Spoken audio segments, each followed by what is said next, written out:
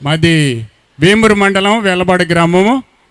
నా పేరు కోడేశ్వరరావు, మా సతీమణి పేరు బుల్లమ్మాయి. మేము గుంటూరులో పోయిన నెలలో గుంటూరులో అక్కడికి వెళ్ళాము.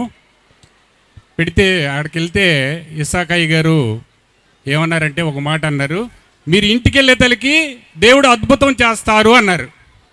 మాడవాళ్ళకి క్యాన్సర్ వచ్చింది, రహస్యమైన స్థలంలో గడ్డ వచ్చింది. ఆ గడ్డ ఇంటికి వెళ్ళే తలకి తగ్గిపోయింది. దేవునికే మహిమ కలగాలి. నేనేమనుకున్నానంటే ఇంటికి వెళ్ళే తలకి గడ్డ తగ్గిపోయిద్దా అనుకున్నా. నేను 5 గంటలకు గడ్డ పగిలిపోయింది. దేవునికే మహిమ కలగాలి. స్తోత్రం, హల్లెలూయా. ఈమె మా ఆవిడ. ఆ గడ్డ ఒకే ఒక్క కూడికకు వచ్చాను. 5 గంటలకు ఇంటికి వెళ్ళే తలకి ఆ గడ్డ మట్టుమాయం. చప్పట్లు కూడా దేవుని మహిమపరచండి. దేవుడు గొప్పవాడు. హల్లెలూయా, హల్లెలూయా, ఆమేన్.